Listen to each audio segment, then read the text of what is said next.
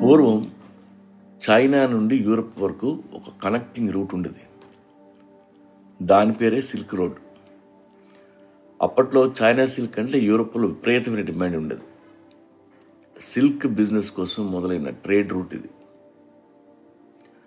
హన్ dynasty సమయంలో China central ఏషియాతో business చేయడం మొదలుపెట్టింది. 36 దేశాలను కలిపే దారి పొడవు 6,400 కిలోమీటర్లు.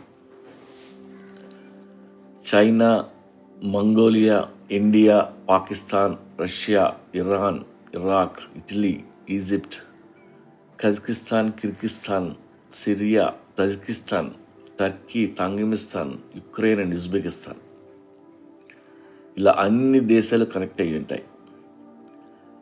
అయితే ఈ రూట్లో వెళితే తిరిగి ప్రాణాలతో వస్తామో లేదో ఎవరికీ తెలియదు. చాలా ప్రమాదకరమైన మార్గం అది. ఎందుకంటే గోబీ, తక్లమన్ ఎడారులు దాటుకుంటూ వెళ్ళాలి. ఇసుక తుఫాన్ల మధ్య ప్రయాణం చేయాలి. పైగా విపరీతమైన హై టెంపరేచర్స్ ఉండేవి. ఒంటిలు గుర్రాలు లేకుండా ఎవరు ట్రావెల్ చేయలేరు. చైనా నుండి టర్కీలో ఉన్న అనటోలియాకి చేరాలంటే 1 సంవత్సరం పైనే పట్టేది. ఇందులో సిల్క్ ఒకటే కాదు, ఇండియా నుండి మసాలా, కుంకుమ, దాల్చిన చెక్క, మిరియాలు ఎక్స్పోర్ట్ అయ్యేవి. చైనా నుండి జేడ్, ఏనుగు దంతాలు, రోమ్ నుండి గోల్డ్, సిల్వర్, అలాగే యుద్ధాల కోసం మంగోలియా గుర్రాలు, ఇలా రకరకాల బిజినెస్ జరిగేవి. ఈ రోడ్డు వలన ఇస్లాం, బుద్ధిజం, క్రిస్టియానిటీ ఇక్కడి నుండి అక్కడికి, అక్కడి నుండి ఇక్కడికి వచ్చేసాయి.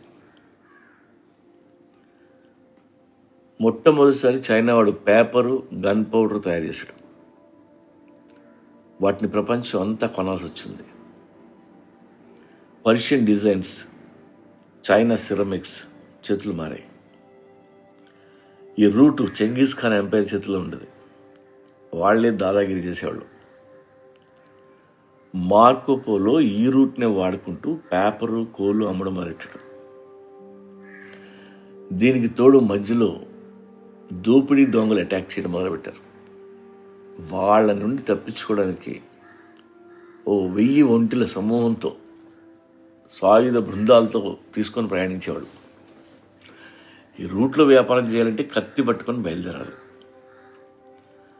1500 సంవత్సరాల పాటు ప్రపంచం అంతా ఈ రూట్ని వాడారు. ఈ రూట్లో బిజినెస్ చేయడానికి అందరూ ఒక లాంగ్వేజ్ మాట్లాడారు. దాని పేరు మాలే. ఆ తర్వాత సీ రూట్స్ కనిపెట్టడం వల్ల అది మెల్లగా వాడడం మానేశారు. వరల్డ్ గ్లోబలైజేషన్కి మొదటి కారణం ఈ silk route. Culture, technology, religion, ఇలా ఎన్నో అందరం ఎక్స్చేంజ్ చేసుకున్నాం.